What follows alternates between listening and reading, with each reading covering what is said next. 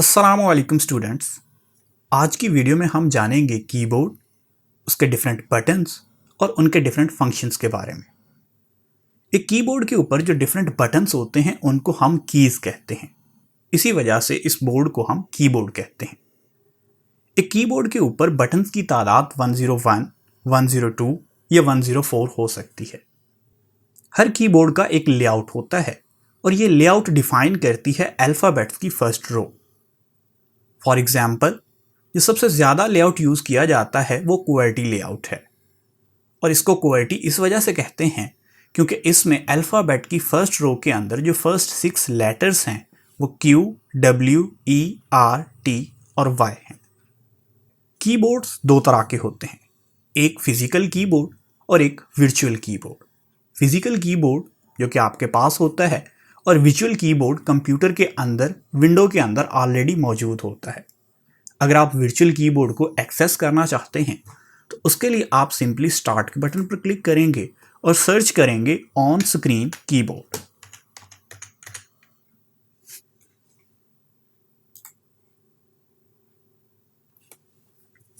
इसका फ़ायदा ये होता है कि अगर आपके फिजिकल कीबोर्ड के ऊपर कोई बटन काम नहीं कर रहा तो आप इस वर्चुअल कीबोर्ड के बटन्स को यूज़ कर सकते हैं, बट ये उतना कंफर्टेबल या इजी टू यूज़ नहीं होता।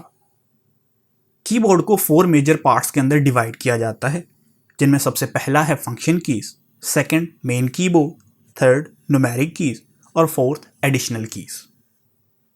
अब न्यूमेरिक कीज़ बाज़ कीबोर्ड्स के ऊपर मौजूद नहीं होती, जिस तरह के वर्चुअल कीबोर्ड के अंदर न्यूमेरिक कीज़ आपको अभी नज़र नहीं आ रही।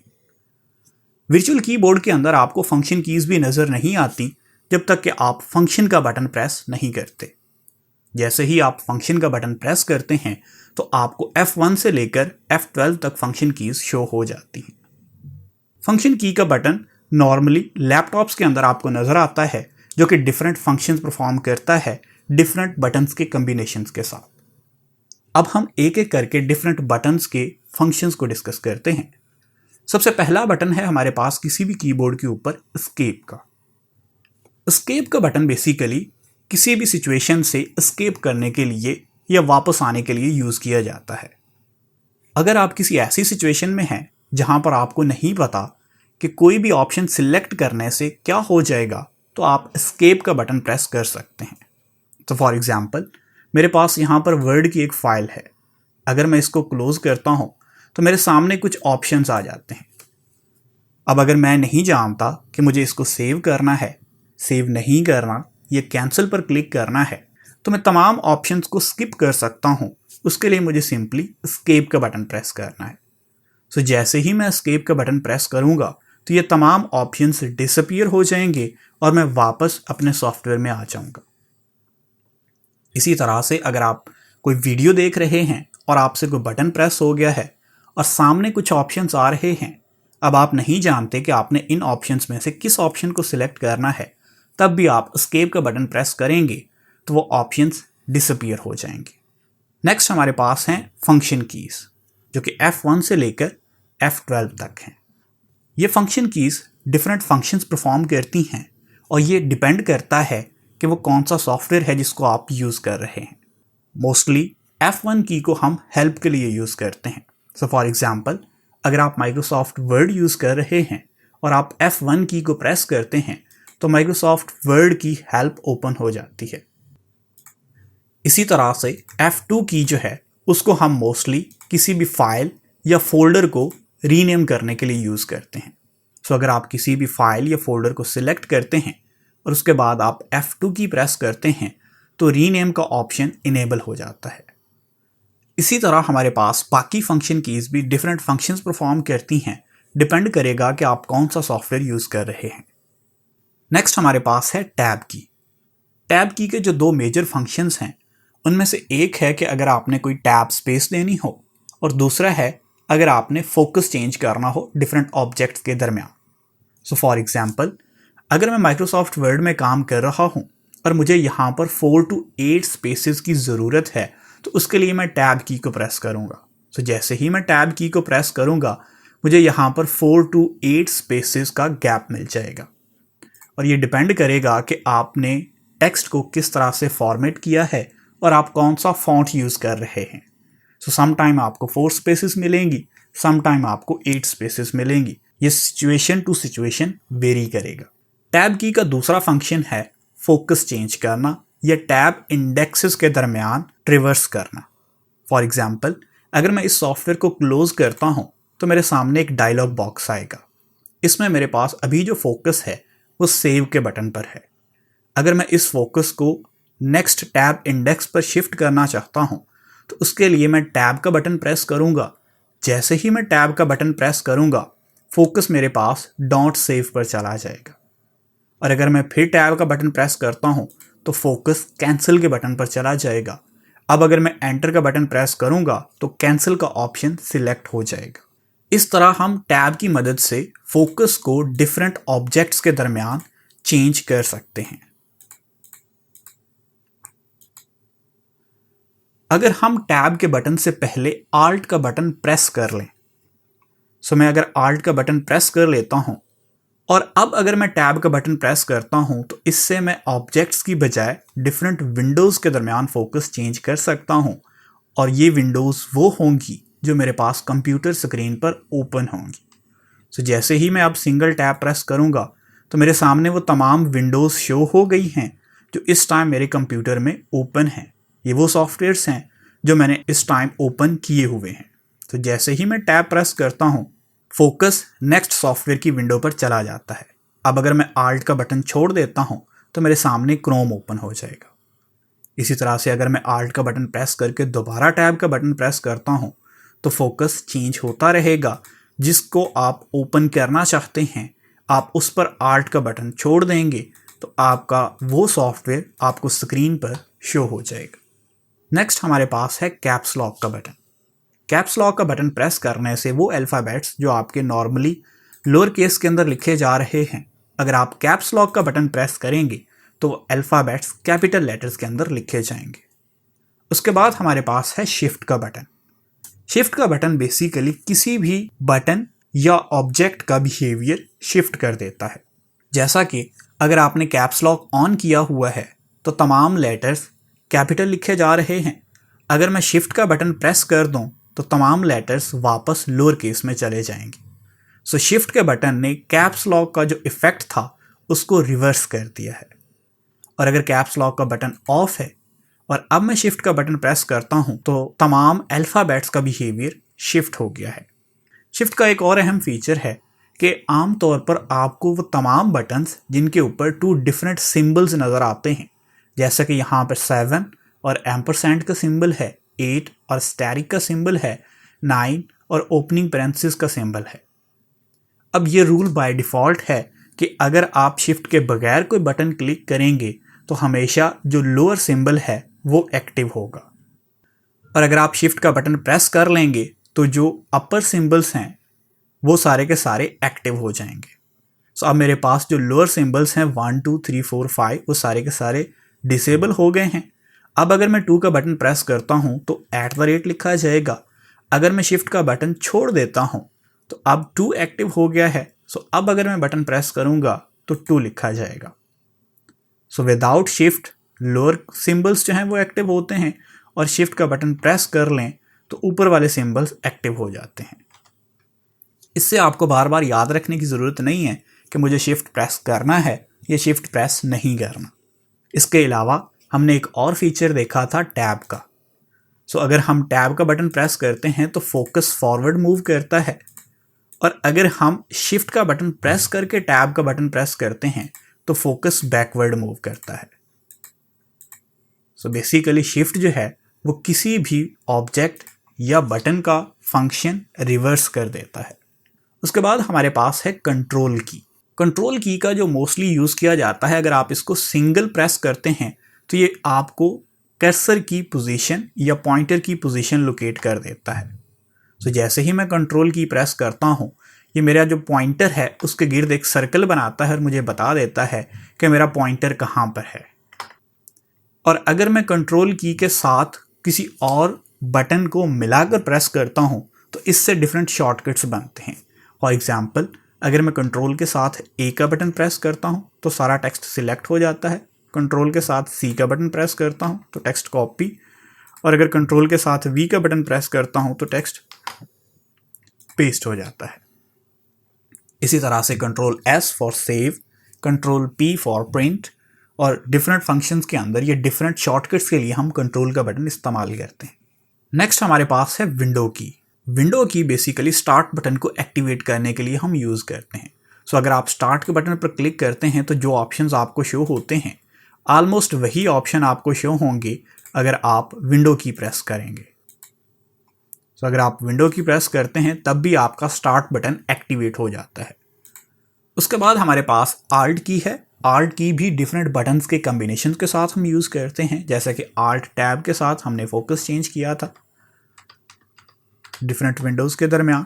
आल्ट F4 को प्रेस करेंगे तो हमारी जो विंडो एक्टिव होगी वो बंद हो जाएगी, और अगर कोई भी विंडो एक्टिव नहीं है तो हमारे पास डिफरेंट ऑप्शंस आ जाएंगे कि आप शट डाउन करना चाहते हैं, साइन आउट करना चाहते हैं, या इस तरह से मुख्तलिफ ऑप्शंस शो हो जाते हैं। उसके बाद हमारे पास जो मेजर बटन है वो है प्रॉपर्टी की का। प्रॉपर्टी की भी हम इसको कहते हैं, मेन्यू की भी हम इसको कहते हैं। अगर आपके माउस का राइट क्लिक काम नहीं कर रहा और आप उस किसी भी फाइल या ऑब्जेक्ट के मेन्यूज़ को शो नहीं कर पा रहे, तो जैसे ही नॉर्मली मैं राइट क्लिक करता हूं तो मुझे किसी भी फाइल के ऑप्शंस या मेन्यूज़ शो हो जाते हैं। अगर आपका राइट क्लिक माउस काम नहीं कर रहा या आप जल्दी से मेन्यूज़ की लिस्ट या ऑप्शंस की लिस्ट देखना चाहते हैं, उसके लिए आप प्रॉपर्टी की पर क्लिक करेंगे। जैसे ही आप प्रॉपर्टी की पर क्लिक करते हैं आपको उस ऑब्जेक्ट की प्रॉपर्टीज़ शो हो जाती हैं। ये आपको तब फ़ायदा देगा अगर आपके माउस का राइट क्लिक काम नहीं कर रहा या आप जल्दी से इस तमाम प्रॉपर्टीज़ को शो करना चाहते हैं। नेक्स्ट हमारे पास है एंटर का बटन। एंटर का बटन किसी भी कमांड को एक्सेप्ट करने के लिए हम इस्तेमाल करते हैं। सो फॉर एग्जांपल मैं इस फाइल को सेव करना चाहता हूं, तो मैं जैसे ही सेव पर फोकस है मैं एंटर का बटन क्लिक करूंगा तो ये फाइल मेरे पास सेव हो जाएगी। उसके बाद है डिलीट का बटन। डिलीट और बैक स्पेस। डिलीट का बटन किसी भी फाइल को डिलीट करने के लिए या कर्सर के राइट साइड से किसी करैक्टर को डिलीट करने के लिए हम इस्तेमाल करते हैं। तो अगर आप डिलीट की प्रेस करेंगे तो जहां पर आपका कर्सर ब्लिंक कर रहा होगा उसके राइट साइड से सिंगल करैक्टर डिलीट हो जाएगा। सो P डिलीट हो गया, A डिलीट हो गया और D डिलीट हो गया। और बैक स्पेस का बटन कर्सर के लेफ्ट साइड से किसी भी करैक्टर को डिलीट करने के लिए हम यूज़ करते हैं। सो बैक स्पेस का बटन प्रेस करेंगे तो लेफ्ट साइड से कर्सर करैक्टर डिलीट होगा, फिर बैक स्पेस। इस तरह से डिलीट और बैक स्पेस की मदद से आप कर्सर के राइट या लेफ्ट साइड से किसी भी करैक्टर को डिलीट कर सकते हैं। डिलीट और बैक स्पेस का एक एक काम और भी है। सो अगर आप किसी फाइल को सिलेक्ट करते हैं और उस पर डिलीट का बटन प्रेस करते हैं तो वो फाइल आपकी रिसाइकल बिन में चली जाएगी। अगर आप किसी फाइल या फोल्डर को सिलेक्ट करके शिफ्ट का बटन प्रेस करके फिर डिलीट का बटन प्रेस करते हैं तो आपका वो फाइल या फोल्डर परमानेंटली डिलीट हो जाता है। अब वो रिसाइकल बिन में नहीं जाएगा बल्कि हमेशा हमेशा के लिए डिलीट हो जाएगा। इसी तरह से अगर आपने माई कंप्यूटर ओपन किया है, उसमें आप किसी फाइल या फोल्डर में गए हैं,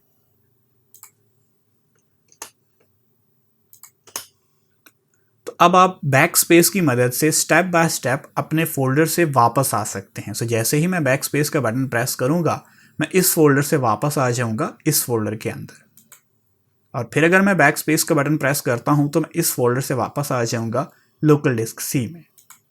इस तरह से डिलीट और बैक स्पेस को हम यहां पर भी यूज़ कर सकते हैं। उसके बाद है हमारे पास एरो कीज़। एरो कीज़ की मदद से हम कर्सर को कंट्रोल कर सकते हैं। सो अगर आप राइट एरो की प्रेस करते हैं तो कर्सर राइट साइड पर मूव करेगा, लेफ्ट एरो की मूव करते हैं तो कर्सर लेफ्ट साइड पर मूव करेगा, अप एरो कीज़ की मदद से up and down arrow keys की मदद से डाउन मूव करेगा। अगर आप शिफ्ट के साथ एरो की को मूव करते हैं तो ये मूव भी करेगा और साथ साथ सिंगल करैक्टर को सिलेक्ट भी करता जाएगा। जैसे ही मैं शिफ्ट का बटन प्रेस कर लेता हूं और साथ ही राइट एरो की को प्रेस करता हूं तो ये राइट साइड पर सिलेक्शन को बढ़ाता जाएगा।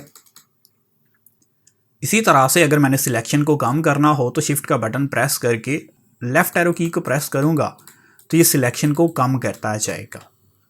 अब शिफ्ट के साथ अगर आप होम की की प्रेस करते हैं और आप लाइन के सेंटर में हैं,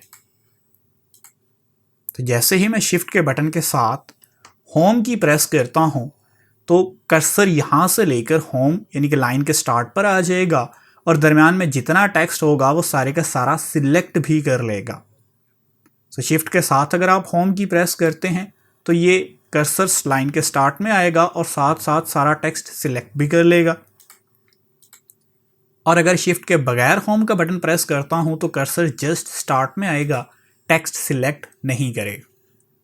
इसी तरह से अगर मैं शिफ्ट का बटन प्रेस करके एंड का बटन प्रेस करता हूं तो कर्सर अपनी किसी भी पोजीशन जहां पर वो मौजूद है वहां से लाइन के एंड पर जाएगा। अब चूंकि शिफ्ट का बटन प्रेस्ड है तो ये साथ सिलेक्शन भी करेगा।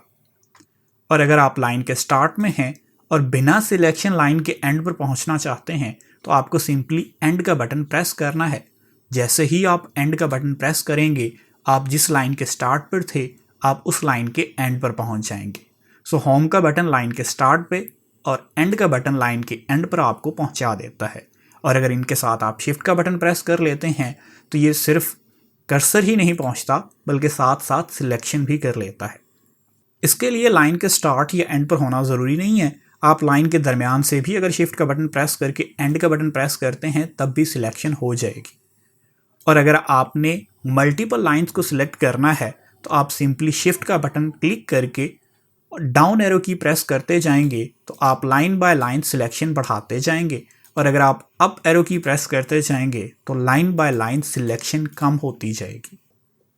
नेक्स्ट हमारे पास है इंसर्ट बटन।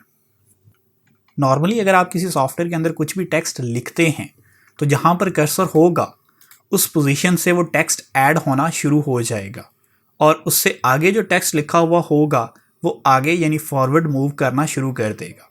अगर आप ये नहीं चाहते, आप दरमियान में किसी टेक्स्ट को इंसर्ट नहीं करना चाहते बल्कि जो पहले से टेक्स्ट इंसर्ट है आप उसको डिलीट करके उसके ऊपर नया टेक्स्ट यानी ओवरराइट करना चाहते हैं टेक्स्ट को, तो उसके लिए आप सिंपली इंसर्ट का बटन प्रेस करेंगे। अगर आप इंसर्ट का बटन प्रेस कर देते हैं अब आप जो टेक्स्ट लिखेंगे वो प्रीवियस टेक्स्ट को इरेज करके उसके ऊपर लिखता जाएगा यानी ओवरराइट करता जाएगा। तो मैंने अब इंसर्ट का बटन प्रेस कर दिया है। अब अगर मैं कोई टेक्स्ट लिखता हूं तो वो प्रीवियस टेक्स्ट को ओवरराइट करेगा। लेकिन अगर मैं इंसर्ट का बटन रिलीज कर देता हूं यानी दोबारा प्रेस कर देता हूं और अब टेक्स्ट लिखता हूं तो वो टेक्स्ट दरमियान में इंसर्ट होगा। तो अगर आपने टेक्स्ट को ओवरराइट करना है यानी प्रीवियस टेक्स्ट के ऊपर लिखना है तो आप इंसर्ट का बटन प्रेस करके लिखेंगे। और अगर आपने प्रीवियस टेक्स्ट को ओवरराइट नहीं करना बल्कि उसमें टेक्स्ट को इंसर्ट करना है तो आप इंसर्ट का बटन प्रेस नहीं करेंगे। उसके बाद है हमारे पास पेज अप और पेज डाउन का बटन। अगर आप पेज अप का बटन प्रेस करते हैं तो आपका पेज डाउन जाता है और आप स्क्रॉल अप करते हैं। और अगर आप पेज डाउन का बटन क्लिक करते हैं तो स्क्रॉल डाउन होता है और आपका पेज अपवर्ड मूव होता है और ये फुल पेज आपका अपवर्ड या डाउनवर्ड मूव करता है। उसके बाद है हमारे पास प्रिंट स्क्रीन का बटन। प्रिंट स्क्रीन के ऊपर PRTSCN लिखा होता है। अगर आप किसी भी टाइम अपने स्क्रीन का स्क्रीनशॉट लेना चाहते हैं या स्क्रीन कैप्चर करना चाहते हैं तो उसके लिए आप प्रिंट स्क्रीन का बटन प्रेस करेंगे। तो जैसे ही आप प्रिंट स्क्रीन का बटन प्रेस करते हैं आपका स्क्रीनशॉट ले लिया जाता है। डिपेंड करेगा कि आप कौन सी विंडो यूज़ कर रहे हैं। मेरे पास इस टाइम विंडो 11 है तो मेरे पास यहाँ पर ऑप्शन आ गए हैं। आप जितने हिस्से को सिलेक्ट करेंगे उस हिस्से का एक स्क्रीनशॉट बन जाएगा। इस तरह सिलेक्शन करने से आपकी स्क्रीन कैप्चर हो जाएगी। अब उसके बाद आप सिंपली पेंट का सॉफ्टवेयर ओपन करेंगे